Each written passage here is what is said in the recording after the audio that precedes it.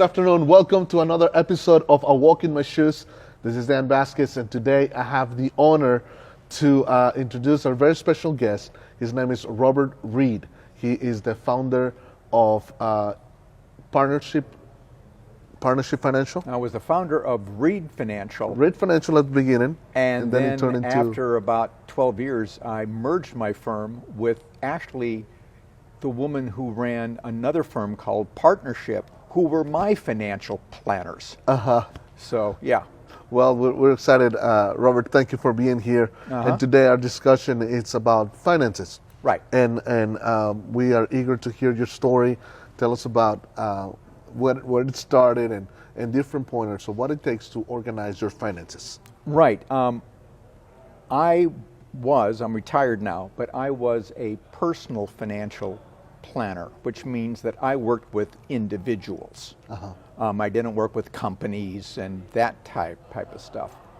And the majority of people who do this work, well, number one, they just concentrate on investments. Okay, fine, that's fine. But the majority of them work with wealthy people. They talk about their sweet spot as people who have $3 to $6 million or so. I got into this because I was trying to organize my financial life. Okay. I did not have $3 to $6 million. And so I kind of learned some of this stuff, and then friends would come to me and say, Rob, you know, you've figured out some of this stuff. Could you help me? And so I got into this because I wanted to help people like me, middle income folk. Also, you know, as you start out any entrepreneur beginning your own business, you want to look for your niche. Yes. And like I said, the majority of people who do my job work with wealthy folks. And that's fine. The wealthy need a lot of help. That's great. But I didn't want to be Neiman Marcus. I wanted to be Target. You know, that's where I shop, and that's where my friends shop. Yeah. So I organized my business to work with middle income people who have to work for a living. Yes.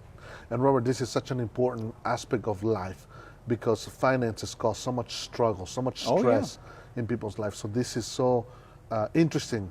And thank you so much for coming and talking to us a little bit about that. So where do we begin? Like, what's necessary? To do this job, the sad fact is you tomorrow could hang out a shingle saying, Dan, financial planner, and it's perfectly good. Now that's scary because it means there's folks out there that have no training to simply talk a good game. And that's concerning. It would be to me. Yes. Typically, people who do my type of job emphasize investments. And if you're going to advise on investments, there's a number of hoops you have to jump through. You have to be registered with the state. Okay. And that means you have to have either a professional credential, be a certified financial planner or one of those, or you take several exams put out by the Securities and Exchange Commission. Okay? You're registered with the state. Every year or two, they come to your office, knock, knock, knock, and want to talk to you, look at your records, because you are in what's called a fiduciary relationship with your clients. A fiduciary is someone who, by law, has to work in your best interest. So a lawyer is a fiduciary, a doctor is a fiduciary.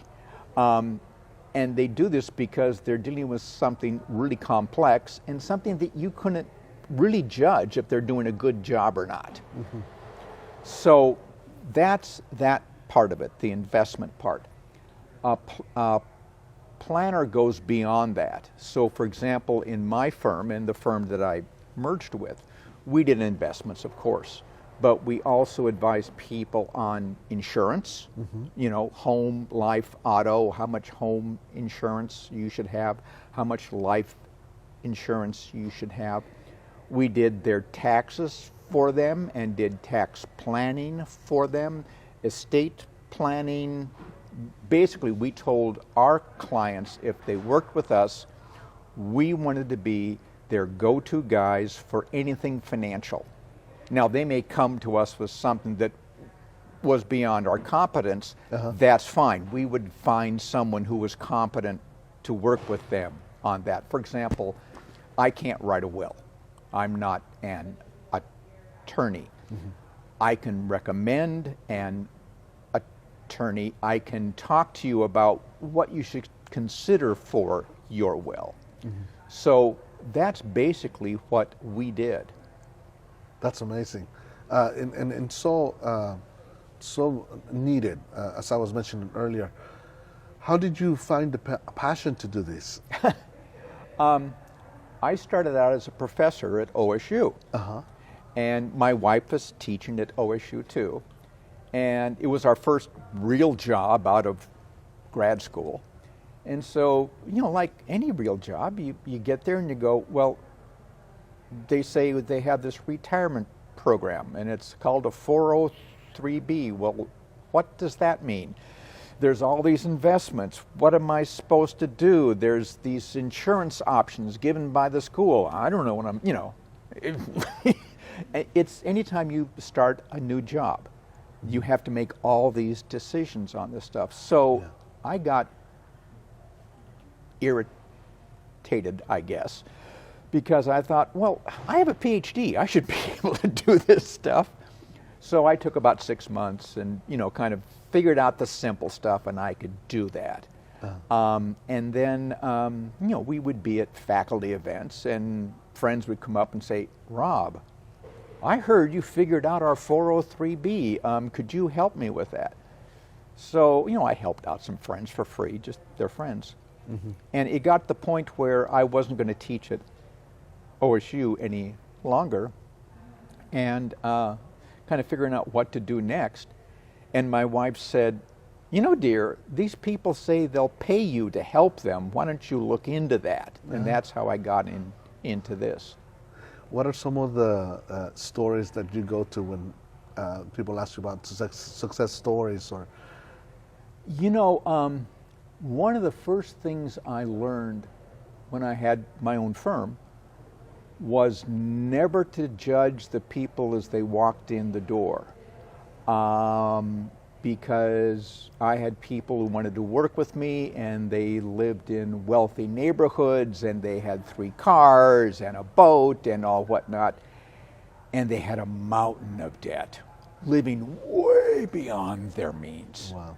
And they were going, how can I straighten this out? And what you want to say is quit spending so much.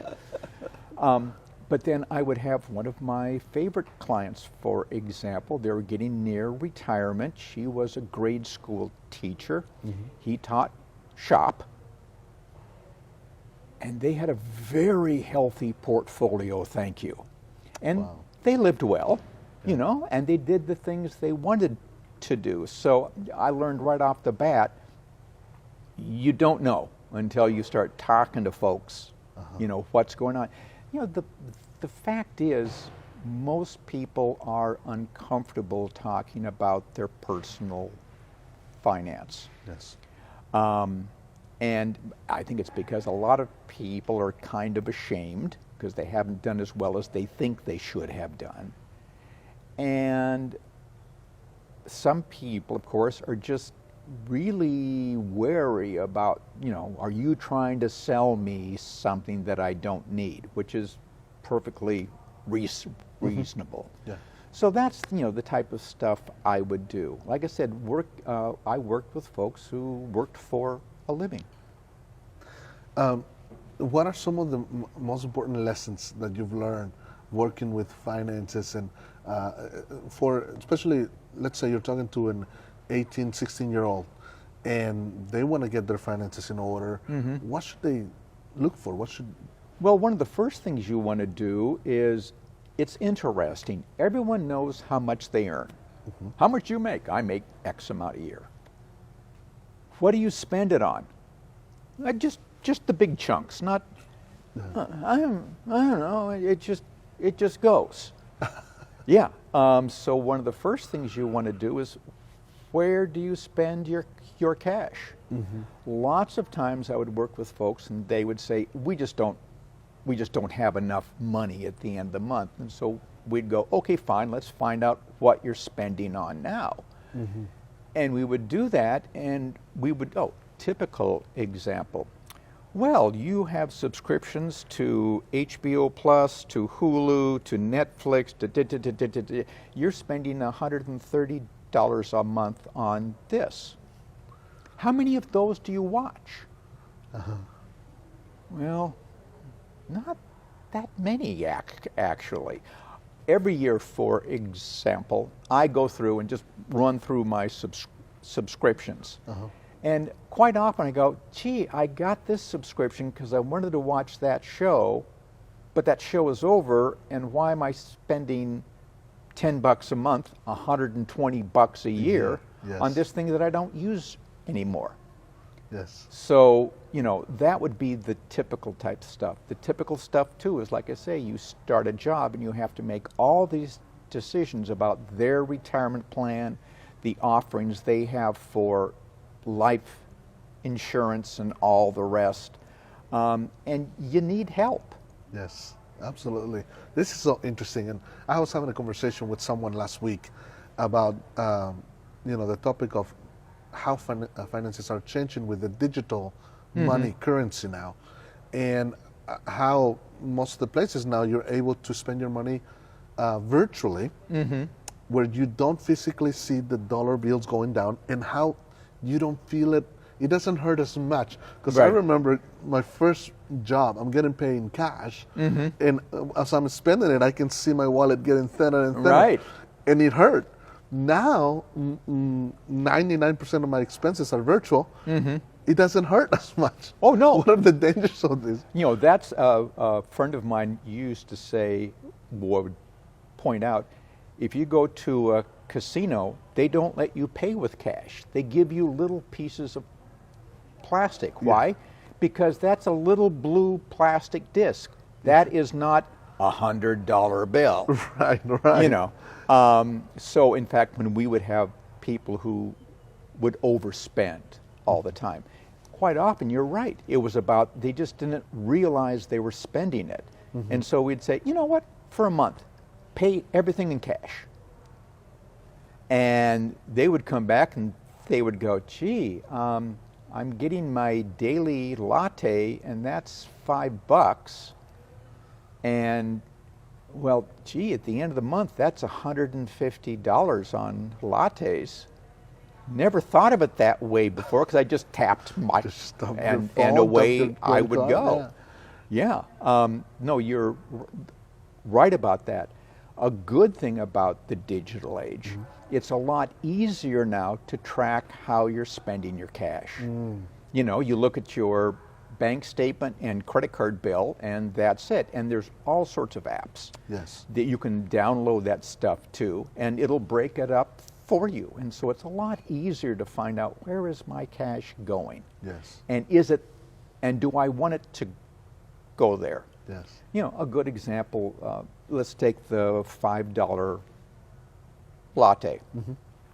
And I'm talking to someone, and they say, I really want to go on a vacation, and I want to go to the Grand Canyon. It's really fun. I suggest it for everyone. It's a great place, but I don't have the money for that. Well, start looking at your cash flow and go, if you made your own latte at home and took it in a thermos, that would cost you 75 cents. You'd be saving $4.25 a day. And, put that cash into my vacation fund, and surprise. And the neat thing about that is, you've saved up the cash, you've seen the Grand Canyon, had a great time, but now you have the habit of making your own latte in the morning. You keep saving the $4.25 a day, and you have it go towards something else that you want. That's okay. That's incredible. Yeah. Money adds up. It adds up. Oh yeah. Oh. Every penny counts. Oh yeah. The I would joke with clients quite often. I said, the essence of money is that it dribbles, and your only choice is, does it dribble away from me or towards me? So yeah, saving my $4.25 a day, it kind of dribbles towards me. Spending $5 a day on my latte, it dribbles away from me. It's going to dribble one way or the other. Your old, And you choose which yeah, way you is go to. where is it going to dribble to? This is really good wisdom. I really enjoyed that conversation. In your personal opinion, what is a successful, or not successful, but a good place to be financially? How would you define that? A good place to be financially is, well, it depends on kind of your point in life too. Obviously, a good place to be is where you don't worry about cash. But that's going to be different for different folks. I mean, the story I always point out is Michael Jackson. Okay, he is working hard, getting a new show, going on the road. He's really unhappy about this because he doesn't want to go on the road, and he starts taking drugs to sleep and everything. We know he dies. Well, Michael Jackson, I mean, wouldn't you like to have the royalties from Thriller? I would. Right. He also owned Northern Music, which is the Beatles catalog. Wow. I'd love to have, and still he felt the need to go out on tour. Why? He was stony broke. When he died, they had forensic accountants come in, and they figured he was $400 to $500 million in debt. Wow. You can always spend it faster than it's coming in. Wow. And when people organize their finances, they get to a point that they know what's coming in, and they know what's going out is going to where they want it to go. And that's usually, to my mind, the best place. Because people are going to have their money go out to different things. I love, and my wife love, to travel. Other people, that doesn't mean anything to. Okay, fine, But there's a choice there. Yes. So a good place is to know I don't have to worry. I'm not losing sleep over money. That's people are usually losing sleep because they don't understand what's going on. Wow. It's just, I don't know what happens. The money just kind of disappears. Do you think every person should have a financial advisor, or? Well, put it this way, I am a professional, and while I was working, I had a personal financial advisor. I didn't do this stuff for myself. I got someone else. Even though this is the same line? Oh, yeah. That's incredible. Yeah, because I would have certain blind spots, and then my financial advisor would say, well, Rob, have you thought about, and I went, oh, no, I haven't. Wow. Yeah, and in fact, I'm retired now, but I still have a financial advisor. That's good. And this person does my taxes, does my investments, does my tax planning, which is a big thing. How often have you pushed the little button on TurboTax and gone, oh geez, I didn't think I'd owe that much. Tax planning is really good because we run your taxes ahead of time, like usually in the fall, and go, oh, this is what we're looking at. Let's make some adjustments here. Wow. And if you're going to do something, then an advisor can say, if we did it in this way, there's certain tax advantages doing it in that way. So yeah. Where can someone find a financial advisor? Okay. you're going to want to look for certain basic things. I would think you'd want to get someone who is a certified financial planner, and they will have the letters CFP after their name. This is your basic union card.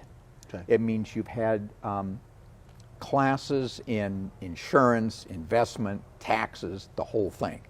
Okay, so that's someone who has the basic amount of training.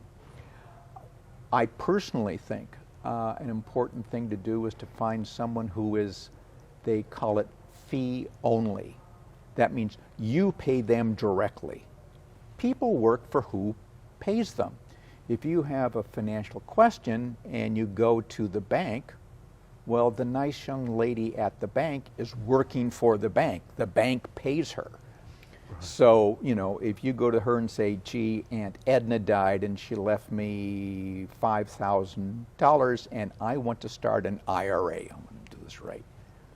Well, the nice young lady at the bank is going to sell you investment products that the bank has. Right.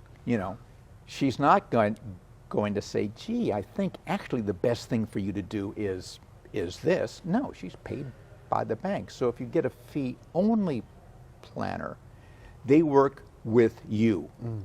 You pay them. And that way you're going to get advice specific to you. Yes.